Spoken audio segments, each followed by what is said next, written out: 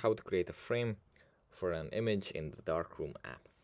First we have to open up the app, and here it opens up in the library.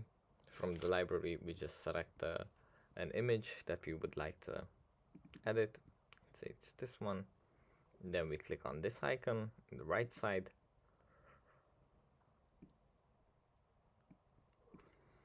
and here we can just set the inset width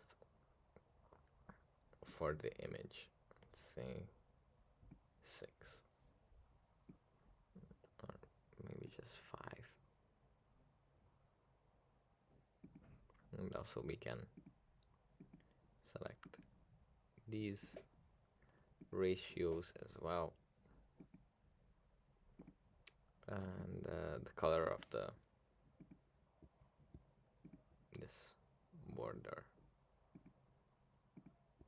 And yeah, that's basically it for this video. I hope it was helpful for you guys, and I'll see you in the next one.